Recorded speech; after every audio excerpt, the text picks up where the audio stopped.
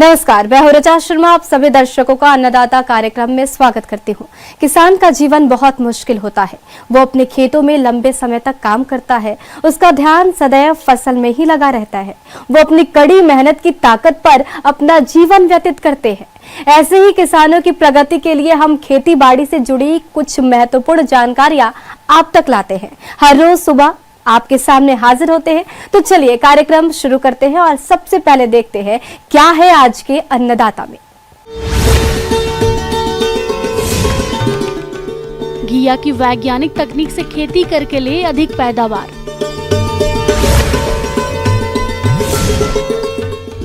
कम पानी में एलोवेरा की खेती करें, अधिक उपज पाएं।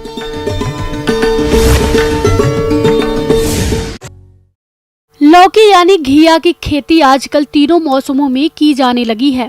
घिया की खेती के लिए हमें ज्यादा खर्च करने की भी आवश्यकता नहीं रहती है और इस फसल से हम अधिक मुनाफा कमा सकते हैं। तो इस लाभ को देखते हुए जो किसान अभी घिया की खेती करने जा रहे हैं तो वे किस प्रकार से करें घिया की उन्नत तकनीक से खेती, आइए जानते हैं कृषि अनुसंधान उपकेंद्र गुनेड़ा के प्रभारी डॉक्टर दिनेश यादव से। कद्दू वर्गीय सब्जियों में लौकी का प्रमुख स्थान है। इसके हरे फलों से सब्जी के अलावा मिठाइयाँ, रायता, कोफ्ते, खीर आदि बनाए जाते हैं। इसकी पत्तियां, तने व गूदे से अनेक प्रकार की औषधियां बनाई जाती हैं। मुख्य रूप से इसकी सब्जी बनाई जाती है। घिया कद्दू वर्गीय की एक बहुत महत्वपूर्ण फसल में से एक फसल है।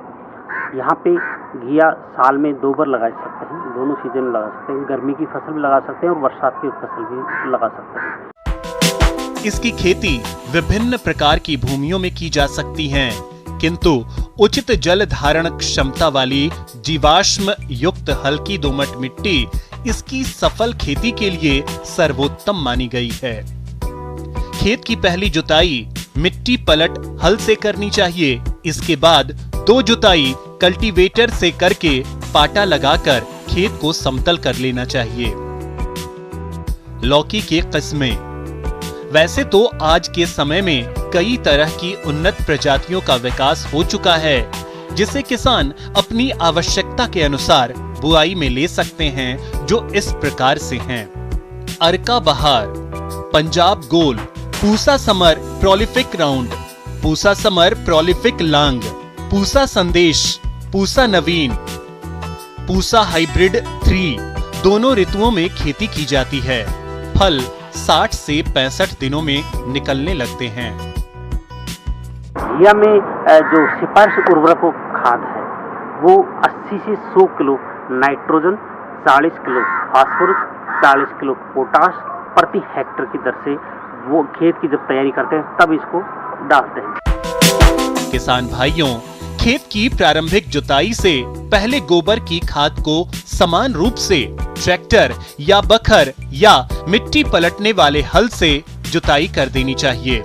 नाइट्रोजन की आधी मात्रा और फास्फोरस एवं पोटाश की पूरी मात्रा अंतिम जुताई के समय खेत में डालना चाहिए। नत्रजन की शेष मात्रा को 2 बराबर भागों में बांटकर 2 बार में 4 से 5 पत्तियां निकलने पर और फूल निकलते समय पौधों के चारों ओर देनी चाहिए। किसान भाइयों, फसल को कीट रोगों से बचाव के लिए बीज को बुआई से पूर्व फफूंदी नाशी दवा थीरम या कार्बेंडाजिम 2 ग्राम प्रति किलो बीज की दर से करना चाहिए। लौकी की फसल के साथ अनेक तरह के खरपतवार उगाते हैं, अतः इनकी रोकथाम के लिए 2 से 3 बार निराई गुड़ाई करके खेत को खरपतवारों से मुक्त रखें। इसमें खड़ी फसल में नियमित रूप से सिंचाई करते रहना चाहिए, क्योंकि जैसे ही मॉइस्चर स्ट्रेस लगा, इसको नमी का सूख लगा, तो इसमें फ्लावर्स का झड़ना शुरू हो जाएगा और इसकी जो लंबाई में ग्रोथ हो रही है फल की वो भी चेक हो जाएगी। किसान भाई, फसल की निरंतर निगरानी करते रहें और कीट रोगों का प्रकोप दिखाई देने पर समय रहते नियंत्रण उपायों को अपनाएं, तो आपकी फसल कीट रोगों से मुक्त रहेगी और अच्छी पैदावार मिलेगी। फलों की तुड़ाई उनकी जातियों पर निर्भर करती है।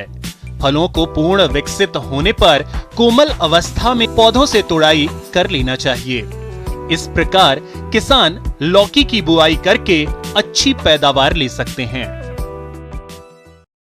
किसान भाइयों, अभी तक आपने खेती से जुड़ी हुई कुछ उपयोगी जानकारियां देखी। अब लेते हैं एक छोटा सा ब्रेक, जल्द ही लौटेंगे और कार्यक्रम में आगे भी है खेती बाड़ी से जुड़ी कुछ महत्वपूर्ण जानकारियां, तो बने रहिए हमारे साथ।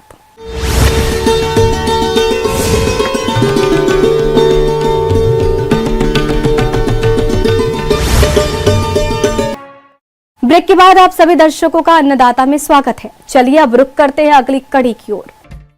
हमारे प्रदेश के किसानों का रुझान औषधीय फसलों की खेती की ओर तेजी से बढ़ रहा है, क्योंकि इन फसलों से किसानों को अच्छी आमदनी मिल जाती है। अगर इन औषधीय फसलों में बात करें एलोवेरा की, तो इसकी खेती अपने राज्य में सफलतापूर्वक की जा रही है, क्योंकि ये फसल कम पानी में भी अच्छा उत्पादन देती है। ऐसे में कम वर्षा वाले क्षेत्रों के किसान भी इसकी खेती करके अच्छा लाभ कमा सकते हैं। अगर आप भी एलोवेरा की खेती करना चाहते हैं तो वैज्ञानिक तरीके से इसकी खेती कैसे करें, आइए जानते हैं विषय विशेषज्ञ योगेश राजपूत से। मैं बताना चाहूँगा आपको कि जो पड़ती भूमि, जिस भूमि में आप कोई भी फसल नहीं लगा सकते हैं, कृषि की कोई भी फसल, धान, अन्न कोई भी फसल नहीं उगा सकते, ऐसी भूमि में आप एलोवेरा की खेती कर सकते हैं। और एलोवेरा की खेती करके नहीं आप बहुत अच्छी आमदनी उससे प्राप्त कर सकते हैं। तो किसान भाइयों, ये बहुत ही अच्छी फसल है जो बंजर ज़मीन में भी आपको लाभ दे रही है। तो मैं बताना चाहूँगा कि किसान भाई एलोवेरा की खेती कैसे करें। किसान भाइयों, ग्वारपाठा या एलोवेरा की व्यावसायिक खेती शुष्क क्षेत्रों से लेकर सिंचित मैदानी भागों में की जा सकती है। आज के समय में इसकी खेती देश के सभी भागों में की जा रही है। इसकी सबसे बड़ी खासियत यह है कि इसकी खेती बहुत ही कम पानी और अर्ध शुष्क क्षेत्रों में आसानी से कर सकते हैं। भारत में एलोवेरा की उन्नत किस्में जैसे IC111271, IC111280, IC111269, IC111273 और सीम शीतल L123 आदि किस्मों को लगाकर व्यावसायिक तौर पर आप उत्पादन ले सकते हैं। तो सर्वप्रथम किसान भाई एलोवेरा की खेती के लिए ज़मीन को बहुत अच्छे से तैयार करना है। खेत की जो पड़ती भूमि है उसकी गहरी जुताई करनी चाहिए। गहरी जुताई करेंगे, उसके बाद में देखना है कि कहीं ऐसी जगह तो नहीं है जहाँ जल भराव की समस्या हो। तो ऐसे जो जल भराव वाली जगह हैं उनको अपन को समतल करना है, और समतल करने के बाद में फिर उसको अपन अच्छे से 1-2 बार और कल्टीवेटर से जुताई करें। जुताई करने के बाद में फिर उसमें अपन अगर 1 एकड़ की बात करें तो 10 टन गोबर की सड़ी हुई अच्छी खाद उसमें पर्याप्त मात्रा में मिलाएं। और सड़ी हुई खाद मिलाने के बाद में फिर एक जुताई करनी है, जिससे क्या होगा कि जो खाद आपने डाला था वो पूरे खेत में मिल जाएगा। किसान भाइयों, एलोवेरा फसल को रासायनिक उर्वरकों की आवश्यकता कम होती है, इसलिए आप urea 110 kilogram, single super phosphate 155 kilogram और म्यूरेट ऑफ पोटाश 42 किलोग्राम प्रति हेक्टेयर की दर से खेती की तैयारी के समय डालकर मिला देना चाहिए। एलोवेरा की रोपाई का सबसे उपयुक्त समय जुलाई अगस्त है, लेकिन जिन किसानों के पास सिंचाई की सुविधा है वह इसकी खेती साल भर कर सकते हैं। लेकिन इस बात का ध्यान रखें कि अगर ठंड अधिक पड़ रही हो तब इसकी रोपाई नहीं करनी चाहिए। इसके बाद में किसान भाई एलोवेरा का जो स्लिप्स लगती हैं उनको एक अच्छी ऑथेंटिक या रजिस्टर्ड कंपनी से ही लें, उसके बाद में खेतों में रोपित करें। किसान भाई ध्यान रखें कि पौधे से पौधे की जो बीच की दूरी है वो लगभग 1 से 1.5 फीट होने चाहिए। उसके बाद में इसमें बहुत सिंचाई की आवश्यकता नहीं होती है, लेकिन हल्की हल्की सिंचाई 5 से 6 दिन में किसान भाई करते रहें। और दूसरी चीज़, इस चीज़ का ध्यान रखें कि बारिश के महीने में ये जो पौधा रहता है वो पानी के लिए बहुत सेंसिटिव रहता है। तो जल भराव की समस्या जहाँ भी खेत में दिखे वहाँ उसको निकालने के लिए निकासी की व्यवस्था बनाएं, नालियाँ बनाएं, जिससे कि क्या होगा कि जल जो है वो पूरे खेत से बाहर निकल जाए और आपकी सड़न की समस्या कम से कम हो जाएगी। तो किसान भाइयों ये बहुत अच्छी फसल है जो कि पड़ती ज़मीन में बहुत आसानी से हो सकती है। और जैसे मैं बताना चाहूँगा कि एलोवेरा की जो मार्केट में कीमत है वो 4 से 5 रुपए किलो ग्रीन जो होता है, जो एलोवेरा की पत्तियाँ होती हैं वो मार्केट में बेची जा सकती हैं। और ये जो फसल है वो 2 से 3 साल तक लगातार चल सकती है इसमें, क्योंकि जो स्लिप्स हैं वो जो राइजोम्स होते हैं वो साइड से निकलते रहते हैं एलोवेरा में, और ये मल्टीप्लाई होते रह सकता है। तो लगभग 2 से 3 तुड़ाई इसमें की जा सकती है। किसान भाइयों, रोपाई के 10 से 15 महीनों के बाद में पत्तियां पूर्ण विकसित और कटाई के योग्य हो जाती है। पौधे की ऊपरी नई पत्तियों की कटाई नहीं करें। निचली और पुरानी 3 से 4 पत्तियों को पहले काटना चाहिए। इसके बाद लगभग 45 दिन के अंतराल पर 3 से 4 निचली पुरानी पत्तियों की कटाई करते रहना चाहिए। इस प्रकार यह प्रक्रिया 3-4 वर्ष तक दोहराई जा सकती है और 1 हेक्टेयर से लगभग प्रति वर्ष 50 से 60 टन पत्तियों का उत्पादन लिया जा सकता है। दूसरी चीज़ ये रहती है कि इसमें बाजू से जो राइजोम निकलते हैं, सकर्स निकलते हैं, उनको भी आप मार्केट में बेच सकते हैं, जिसकी कीमत लगभग मार्केट में 1 से 1.5 रुपये बाजार में रहती है। तो ये लगा लीजिए आप 1 हेक्टेयर ज़मीन से लगभग 2.5 से 3 हज़ार सकर्स निकाले जा सकते हैं, जो कि 2 से 3 महीने में फिर रिप्लिकेट होते रहते हैं। तो ऐसे करके नहीं, आप साल भर में लगभग 10 से 15 हज़ार रुपये के शक्कर बहुत आसानी से बेच सकते हैं। तो एलोवेरा एक ऐसी फसल है जो कि पड़ती भूमि पर बहुत आसानी से उग सकती। जो भूमि किसी भी फसल के लिए योग्य नहीं है, उस भूमि पे आप ये एलोवेरा लगा के नहीं बहुत अच्छी कमाई कर सकते हैं। आगे और भी है खेती बाड़ी से जुड़ी बहुत सी रोचक जानकारियां, पर यहाँ पर रुकेंगे एक और ब्रेक के लिए। जल्द हाजिर होते हैं।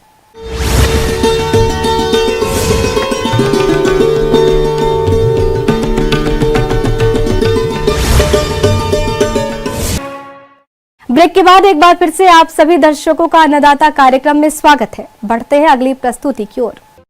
अपने राज्य के दक्षिणी भाग में केले की खेती की जाती है और इसकी खेती करके किसान अच्छा लाभ भी कमाते हैं।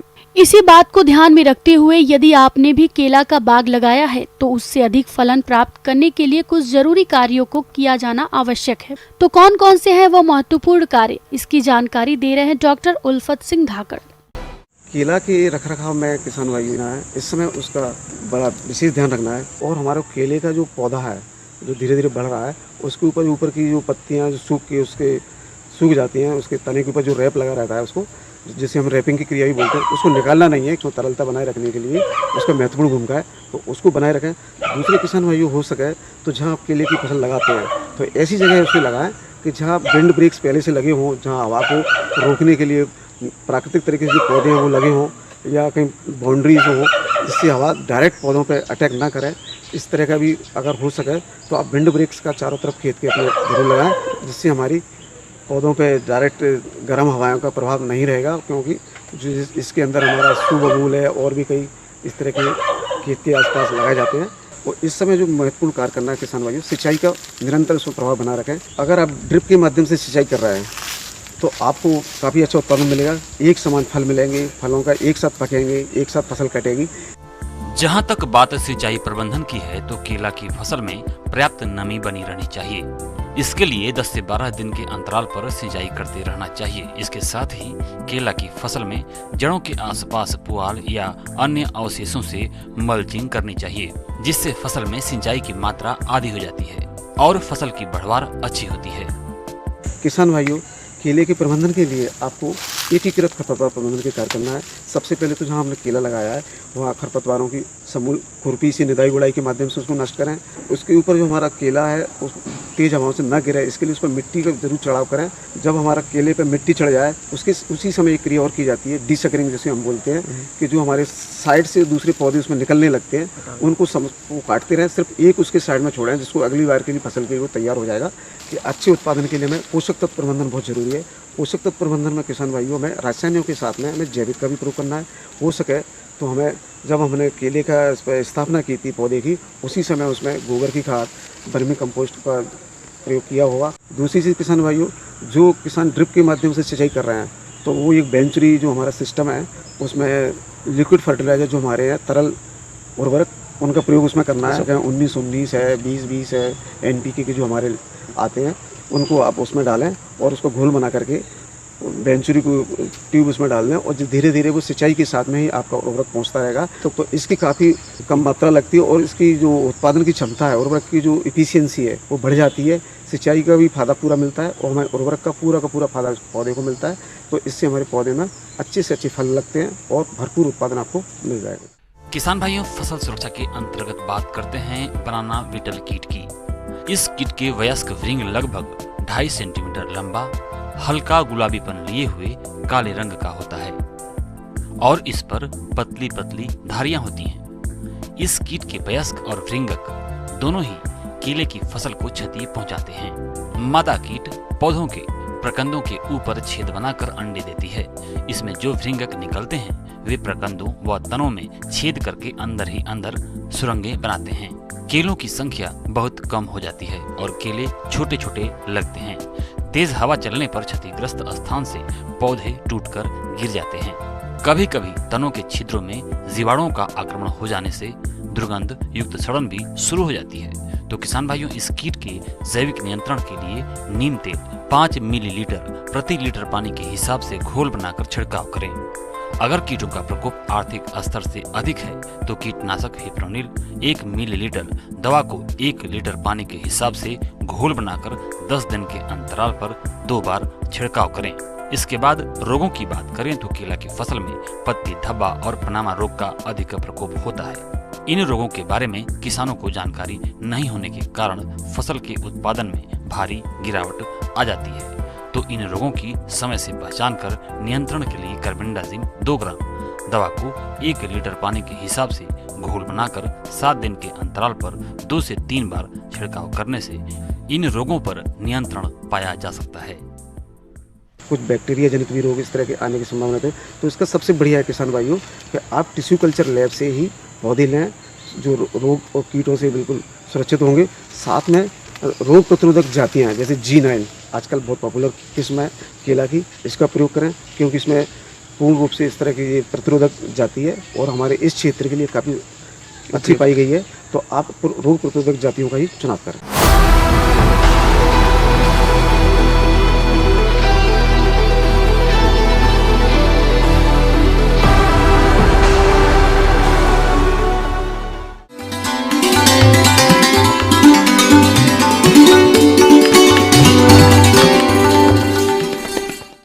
अन्नदाता हेल्पलाइन निःशुल्क फोन संपर्क सेवा के माध्यम से आपके द्वारा पूछे गए प्रश्नों में से 1 या 2 महत्वपूर्ण प्रश्न को हम अपने कार्यक्रम में शामिल करते हैं। इसी के तहत आज का चयनित प्रश्न और उसका जवाब इस प्रकार है।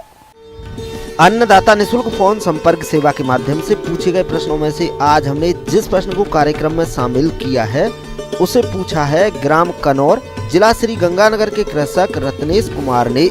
आप फसलों में कीट और रोगों से बचाव के लिए बीजोपचार के बारे में जानकारी चाहते हैं।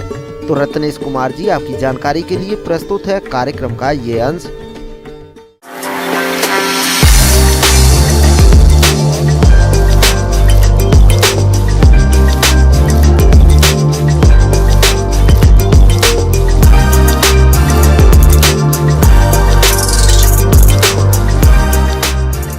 अपन सभी सुनते आए हैं कि पहला सुख निरोगी काया।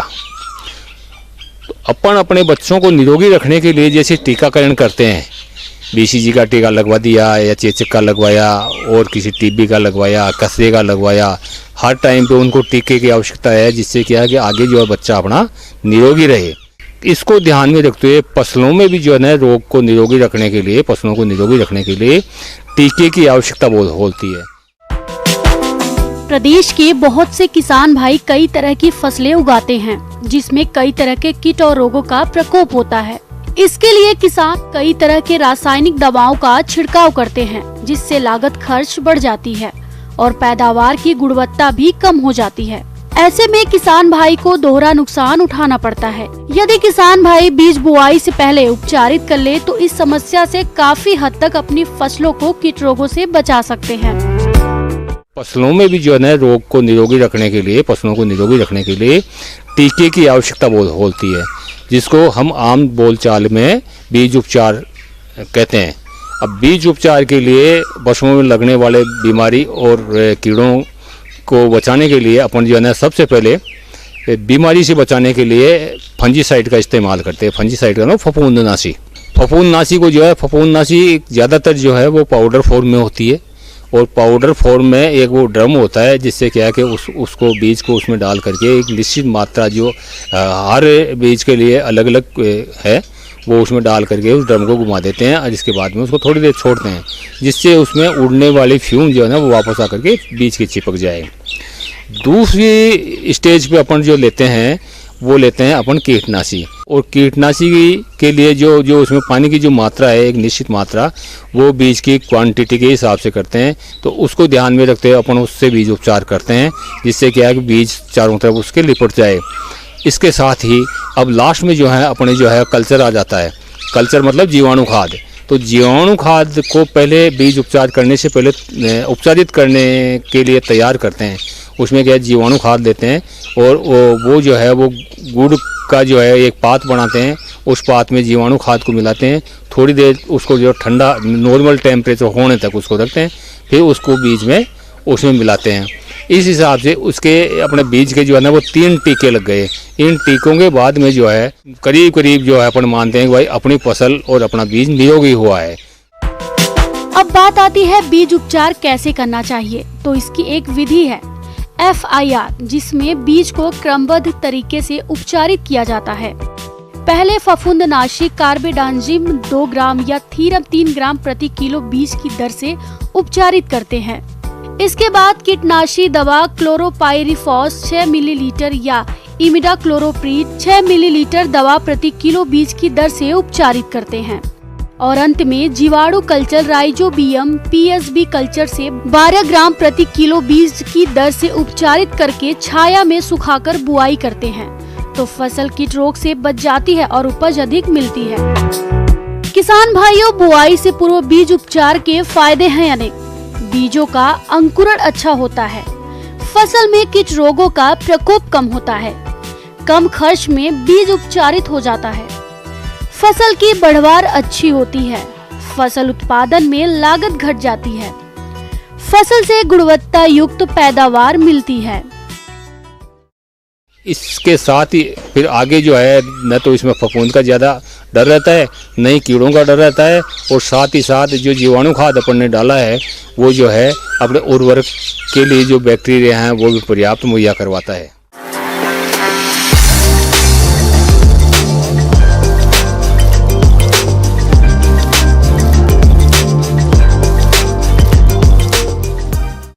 किसान भाइयों, अन्नदाता आपकी सेवा के लिए संकल्परत है।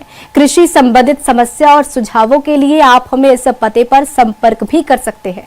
प्रोड्यूसर अन्नदाता news 18 Rajasthan, Ramoji film city Hyderabad 501512।